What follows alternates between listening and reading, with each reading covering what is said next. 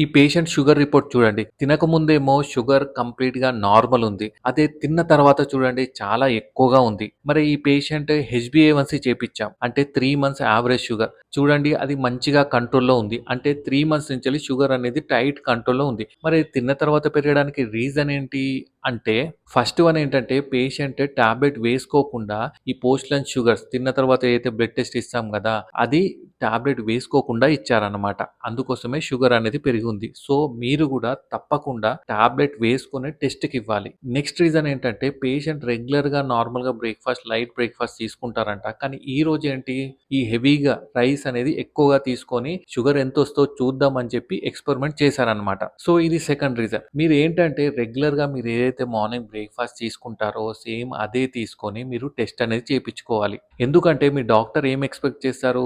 మీరు వాడే టాబ్లెట్స్ తోటి, మీరు రెగ్యులర్‌గా తీసుకునే డైట్ తోటి, ఈ షుగర్ అనేది కంట్రోల్‌లో ఉంటుందా? లేదా? అనేది చూస్తారనమాట. అలా చూసి దాన్ని బట్టి డోసేజ్ అనేది అడ్జస్ట్ చేస్తారు. మీరు ఒకవేళ ఇలా చేస్తే ఏంటి షుగర్ ఎలా అన్నా పెరిగొస్తుంది. సో, అందుకోసమే ఇలాంటి మిస్టేక్స్ చేయకుండా మీకు ఒకవేళ అంత ఎక్స్‌పెరిమెంట్ చేయాలంటే ఇంట్లో షుగర్ మెషిన్ ఉంటుంది గదా! ఇంట్లో చేసుకోండి. అంతేగాని డాక్టర్ దగ్గరకొచ్చినప్పుడు మీరు రెగ్యులర్‌గా తీసుకునే మీల్స్ అదే తీసుకొని డాక్టర్ దగ్గర టెస్టింగ్ అనేది రండి. ఒకవేళ అలాంటప్పుడు షుగర్ పెరిగొచ్చిందంటే మీ డాక్టర్ ఏం చేస్తారు? డోస్ అనేది పెంచడమో, అడ్జస్ట్ చేయడమో చేస్తారు. అర్థమైంది గదా! మరి మీకు కూడా ఇలాంటి డౌట్స్ ఏమైనా ఉంటే కింద కామెంట్ చేయండి.